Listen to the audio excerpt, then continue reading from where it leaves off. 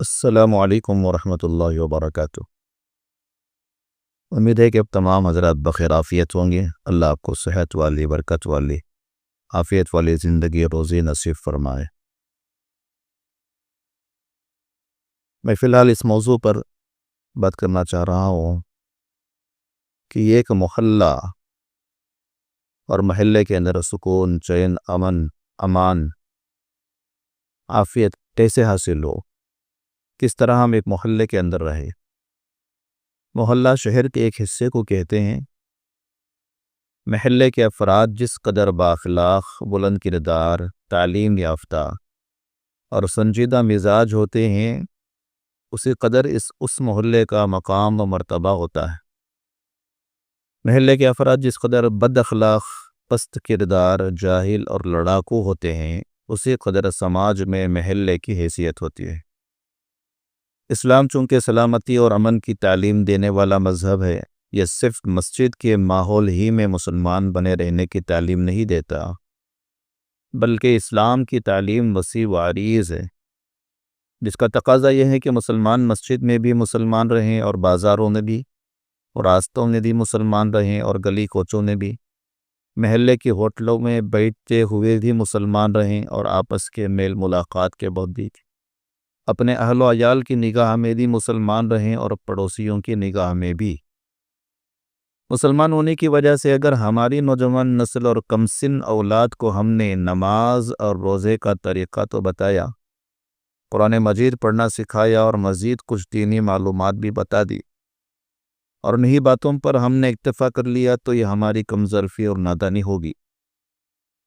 مومن و مسلمان کے وسیع النظر اور کامل الایمان ہونے کی علامت یہ ہوگی کہ وہ اپنی اولاد اور اپنے ماتحتوں کو نماز، روزہ وغیرہ کی تعلیمات کے ساتھ یہ بھی بتائیں کہ وہ اپنے پڑوسی کے ساتھ کیسے رہیں، وہ کن صفات کے حامل دوستوں سے دوستی کریں، وہ اپنے گھر آنے والوں سے کس طرح ملاقات کریں، وہ راستہ چلتے ہوئے کن حقوق کا لحاظ رکھیں، وہ بڑوں سے کس طرح ملاقات کریں، وہ چھوٹوں پر کیسی نگاہ رکھیں، وہ کس طرح اپنے محلے میں دن رات کے اوقات گزاریں۔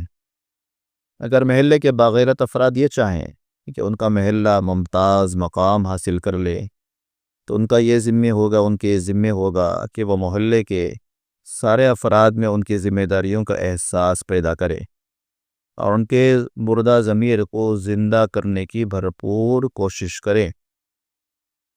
اس موضوع کو بیان کرنے کی وجہ یہ ہوئی کہ چونکہ زمانے کی رفتار کے ساتھ ساتھ بد اخلاق، بد کرداری کی رفتار بھی بڑھتی جا رہی ہے۔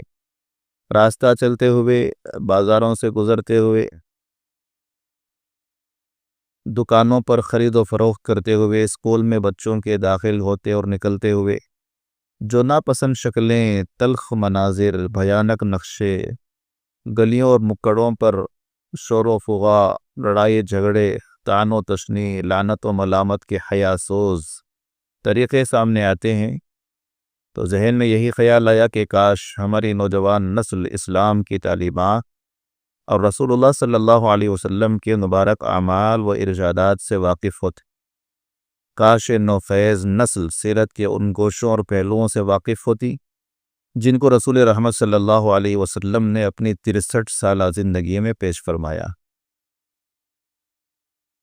انشاءاللہ اگلے ویڈیوز میں، اگلے مرحلوں میں انشاءاللہ ہم بتائیں گے کہ ایک مومن و مسلمان ہونے کی حیثیت سے ہم سب کو اپنے محلے والوں کے ساتھ کس طرح زندگی گزارنی چاہیے۔ اللہ تعالی ہم سب کو عمل کی توفیق بخشے۔ ما توفیقی الا باللہ۔ السلام علیکم ورحمۃ اللہ وبرکاتہ۔